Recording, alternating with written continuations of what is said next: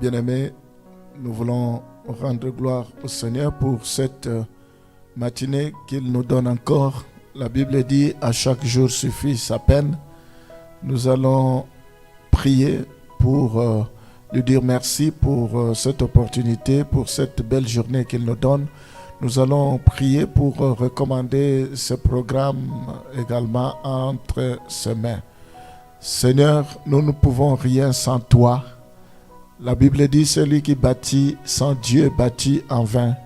Nous voulons te dire merci, nous te sommes vraiment reconnaissants parce que beaucoup auraient souhaité avoir le souffle de vie, avoir la vie, mais n'ont pas pu. Si nous l'avons, ce n'est pas parce que nous valons plus que quiconque, mais c'est par ta grâce. Tu fais grâce à qui tu veux, tu fais miséricorde à qui tu veux. Nous te sommes infiniment reconnaissants. Sois loué pour cette journée. Nous voulons te bénir, nous voulons déclarer que c'est une journée d'allégresse, une journée de joie, une journée de succès, une journée couverte de toutes sortes de grâces. Nous voulons te recommander le début et la fin de ce programme. Dirige-nous, je prie pour que tu sois au contrôle, je demande la révélation. La Bible dit la lettre tue, mais l'esprit vivifie. Parle-nous, Seigneur, édifie-nous, sois loué, sois béni, au nom de Jésus. Nous t'avons ainsi prié. Amen. Quand nous parlons de la vie par la foi, on est justifié par la foi. Nous devons servir Dieu et témoigner par la foi. Nous avons vu l'obéissance en troisième lieu par rapport à Abraham.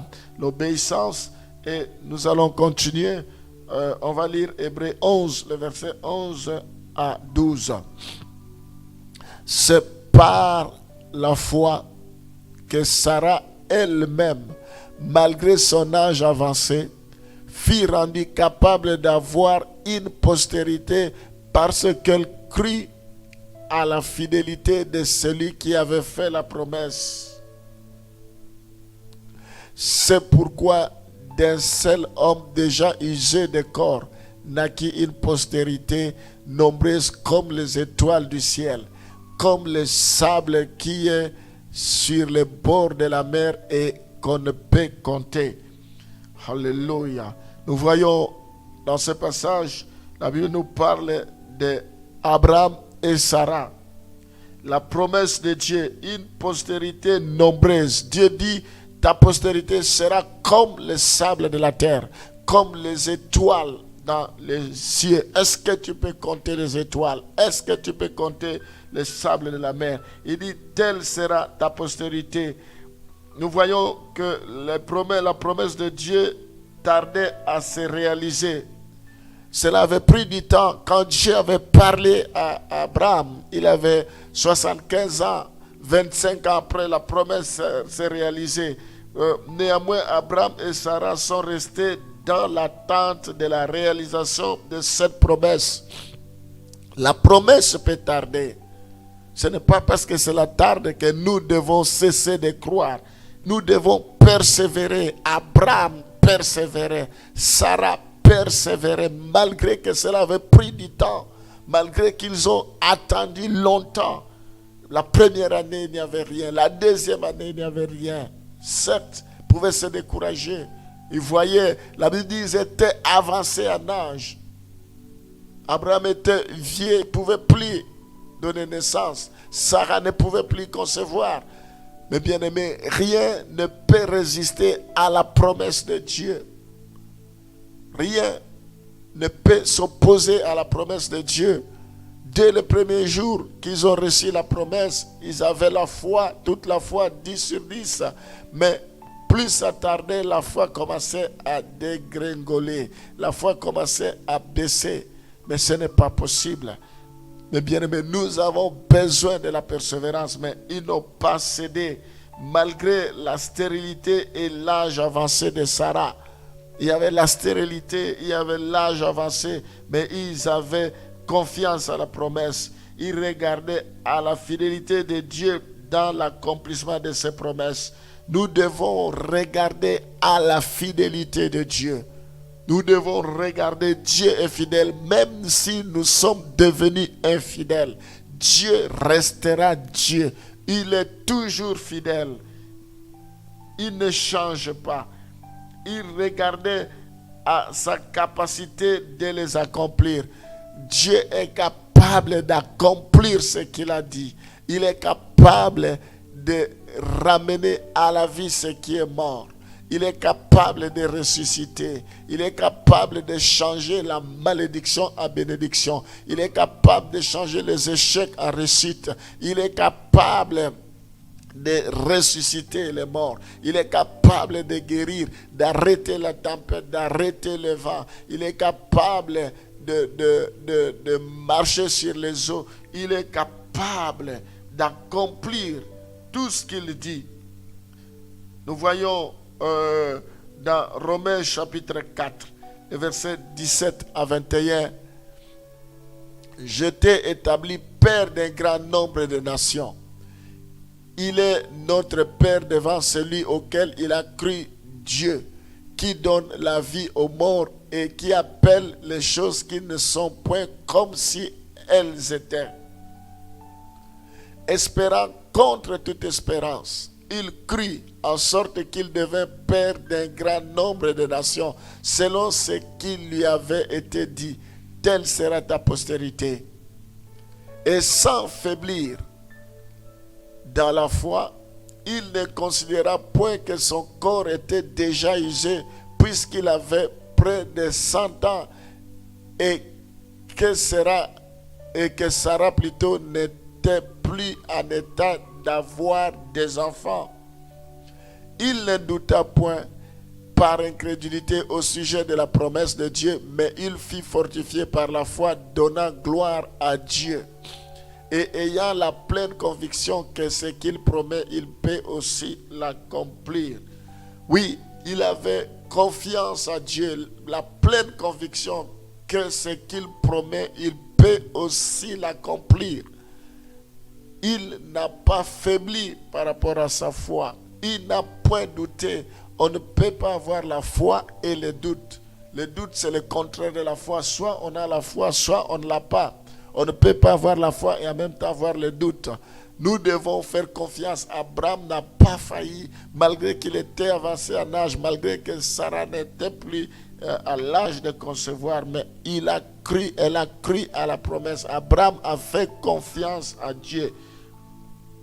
La Bible dit espérant contre toute espérance. Contre toute espérance, il a cru. Oui, il est important que nous sachions que Dieu est le maître des temps et des circonstances. Le temps ne peut pas nous effrayer. Dieu est capable en un clin d'œil de changer toutes choses. Celui qui est le maître des temps et des circonstances, il appelle à l'existence ce qui n'existe pas comme si ça existait. Dieu, c'est un Dieu des temps. Il fait chaque chose à son temps. Dieu n'agit pas avant le temps. Il n'agit pas non plus après le temps. Il agit au moment opportun. Il y a un temps pour pleurer, il y a un temps pour se réjouir. On commence d'abord par pleurer et le temps de se réjouir vient après. Je prophétise ce matin que ton temps arrive, que Dieu est en train de libérer des bénédictions pour toi, que Dieu est capable de consoler ton cœur. Dieu est capable d'essuyer tes larmes. Dieu est capable de t'honorer. Celui qui me sert sera honoré par mon Père. C'est le temps pour que Dieu puisse t'honorer, que Dieu puisse essuyer tes larmes. Tu dois faire confiance à Dieu. Abraham, espérant contre toute espérance, il a cru. Ce matin, il faut croire à ce que Dieu te dit. Il faut croire à ton avenir. Il faut croire à ton ministère. Il faut croire que les projets que Dieu a pour toi sont des projets de bonheur et non de malheur. Tu ne mourras pas avant que les promesses de Dieu s'accomplissent. Tu ne mourras pas avant que ce que Dieu a dit se réalise. Aucune épidémie, aucune pandémie ne te fera partir. Rien ne t'arrivera parce que Dieu veillera sur toi. Parce que Dieu est fidèle à ses promesses. Ce n'est pas pour rien que Dieu t'a fait des promesses. Il faut que tu te ressaisisses. Il faut que tu fasses confiance à ce Dieu-là.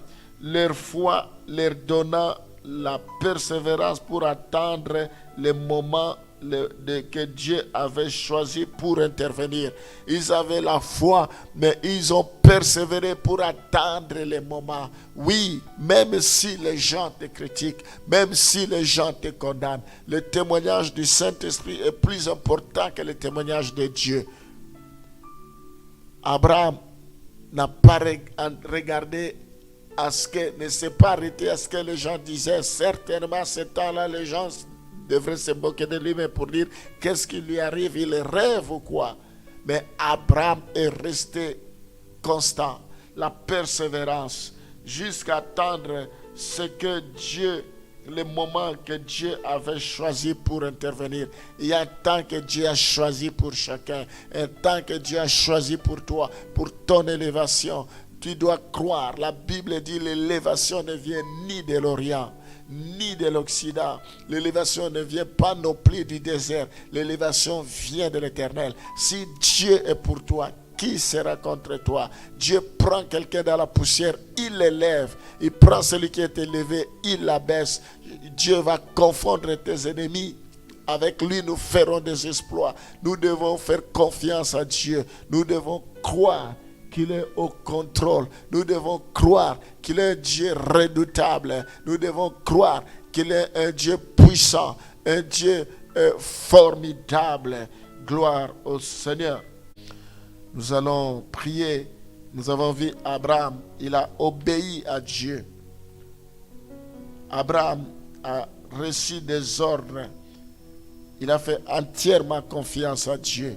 Seigneur, toi, tu es le Dieu d'Abraham, le Dieu d'Isaac, le Dieu de Jacob. Tu es aussi notre Dieu. Nous voyons Abraham est notre Père par la foi.